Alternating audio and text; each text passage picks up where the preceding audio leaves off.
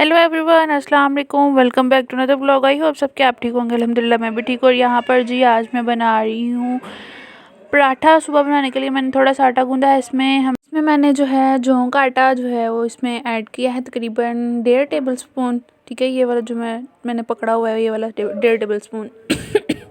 उसको भी हमने छान लेना जी। ये थोड़ा सा गंदम के आटे से ना, मतलब एक तो लेसदार होता है, मतलब लेसला सा होता है, और दूसरा ये जो है ना, मतलब मोटा मोटा पिसा हुआ होता है।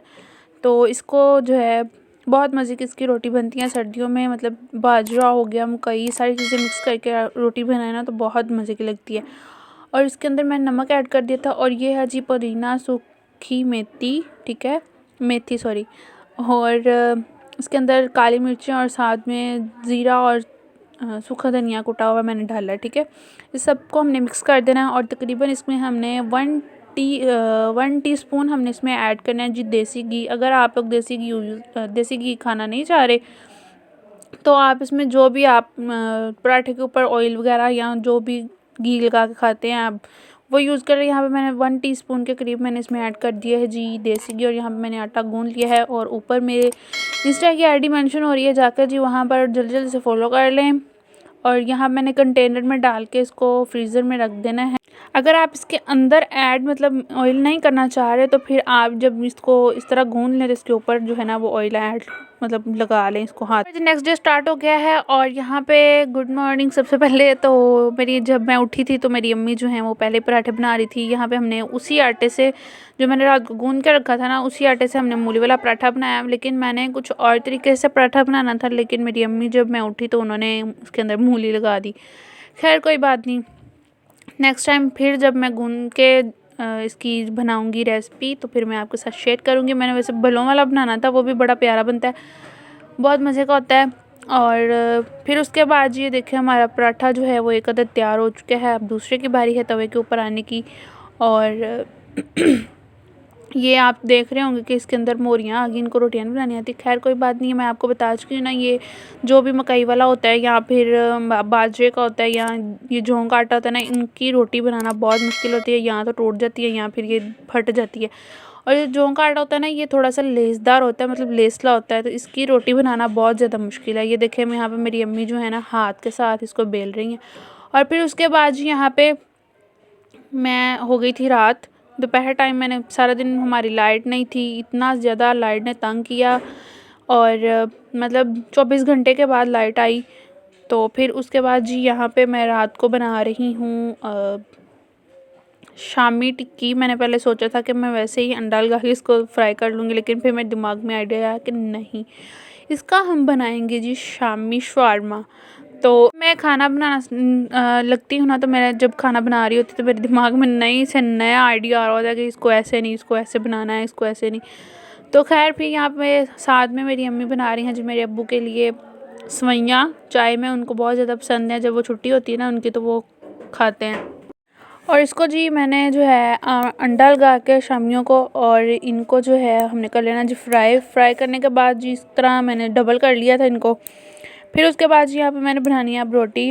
इसको अच्छे तरीके से पहले फ्राई कर लेंगे ताकि अंदर से जो बर्फ़ जो होती है ना वो पिघल जाए और ये सॉफ्ट हो जाए। क्योंकि हम लोगों ने बर्फ़ का मैंने इसलिए बोला क्योंकि हम लोगों ने इनको बना के तो फ्रीज़ किया हुआ है। आप लोग भी बनाएं और इनको फ्रीज़ कर लें, जब मर्ज़ी आप इनको निकाल के फ्राई कर सकते हैं। और अच्छे तरीके से हमने जी इसको फ्राई कर लेना है।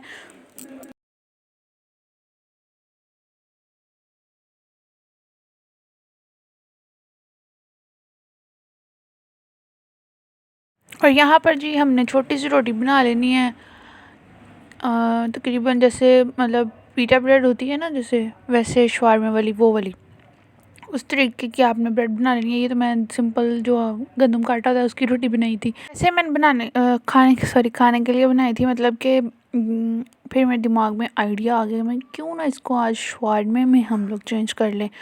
और यहाँ पर जी मेरी रोटी हो गई सी मतलब टेढ़ी मेढ़ी हो गई, फिर मैं उनसे ही कर लिया।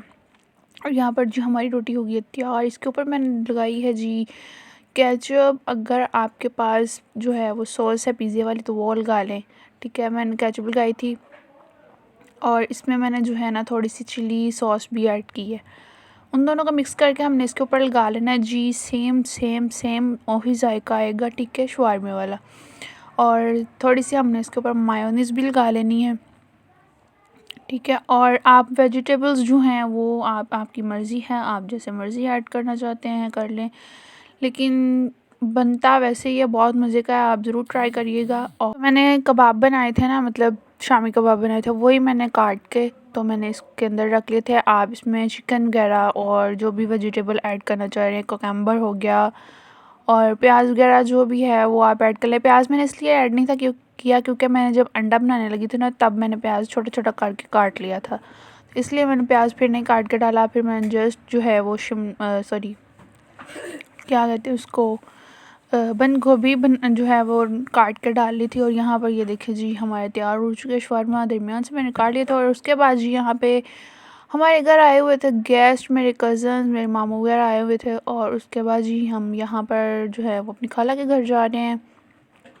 और वहाँ पे मैंने उनके घर कोई भी वीडियो शूट नहीं की थी, क्योंकि बंदा अच्छा नहीं लगता जहाँ भी जाए मोबाइल उठा के बैठ जाए, तो इस वजह से फिर जो है ना मैंने बस रास्ते की थोड़ी सी बहुत जो है वो शूट की थी। और जी हम मेरे चैनल को जो है वो जल्दी से सब्सक्राइब कर लें, बेल आइकन को प्रेस कर दें, और ताकि मेरे न्यू आने वाले व्लॉग का नोटिफिकेशन आपको जल्द से जल्द मिल जाए। और मेरी वीडियो के नीचे कमेंट ज़रूर किया करें, आपके एक अदद कमेंट से हम मोटिवेट हो जाते हैं। और अगर आपको कोई और रेसिपी चाहिए तो मुझे कमेंट बॉक्स में ज़रूर बताइएगा, और दुआओं में ज़रूर याद रखिएगा। मिलते हैं जी नेक्स्ट व्लॉग में। और मेरी इंस्टा आईडी भी मैंने मेंशन की हुई है उसमें व्लॉग में, उसको भी जाके फॉलो कर लें।